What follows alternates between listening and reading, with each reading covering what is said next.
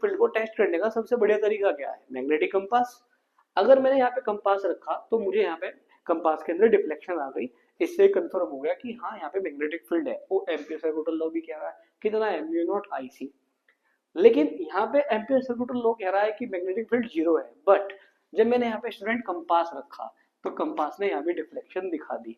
अब मैं जो पेपर पे है वैल्यूज है, मैथमेटिकल स्टेटमेंट है, उसको मानूं या जो मैं सामने से देख रहा हूँ उसको मानूं? जाहिर सी बात है जो मैं सामने से ऑब्जर्व कर रहा हूँ मैं उसी को बिलीव करूंगा। तो इसका मतलब ये गड़बड़ है यहाँ पर। अब इसको वैलिड करने के लिए मैक्सवेल ने क्या किया, एक मैथमेटिकल कैलकुलेशन कर करके ये पता किया कि ये जो यहाँ पे क्या है ऐसा कि जिसकी वजह से यहाँ पे मैग्नेटिक फील्ड आ रहा है। तो उसकी जो ऑब्जर्वेशन थी स्टूडेंट्स वो ये थी, ये वाली जो प्लेट है कैपेसिटर की किससे जुड़ी हुई है, पॉजिटिव टर्मिनल से।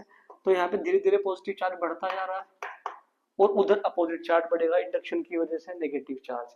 तो अगर देखने में ऐसा आ रहा है यहाँ पर कि कैपेसिटर के बीच में लगातार चार्ज बढ़ता जा रहा है, पॉजिटिव एक साइड और दूसरी साइड नेगेटिव चार्ज।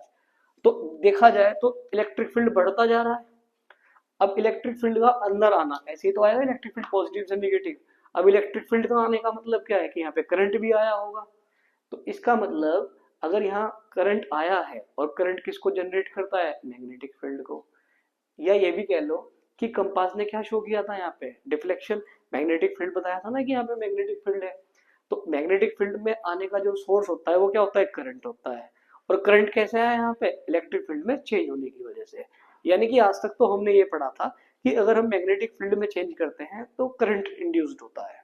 लेकिन यहाँ पे क्या हुआ, इलेक्ट्रिक फील्ड में चेंज किया कैपेसिटर की प्लेट के बीच में और उसकी वजह से करंट आया और इस करंट की वजह से, चेंजिंग करंट की वजह से यहाँ पे मैग्नेटिक फील्ड पैदा हुआ।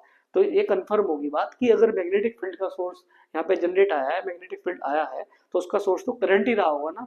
यहाँ पे जो करंट रहा उस करंट को, क्योंकि वो करंट इलेक्ट्रॉन के फ्लो से तो नहीं है तो उसको कंडक्शन करंट तो हम नहीं कह सकते। इसी करंट को जो यहाँ पे मैग्नेटिक फील्ड का सोर्स का काम कर रहा है उसी को हमने डिस्प्लेसमेंट करंट कहा। बात समझ में आई? यानी कि भाई फिजिकली तो कोई करंट यहाँ पे जा नहीं रहा, हम बस ये इमेजिन कर रहे हैं, मैक्सवेल ये इमेजिन कर रहा है। ये बाकी सारी बात भी वैलिड रह जाएगी और उसकी बात भी पूरी हो जाएगी कि अगर यहाँ मैग्नेटिक फील्ड आया है तो करंट की वजह से आया होगा। जिस करंट की वजह से आया है उस करंट को क्या नाम दिया गया, डिस्प्लेसमेंट करंट।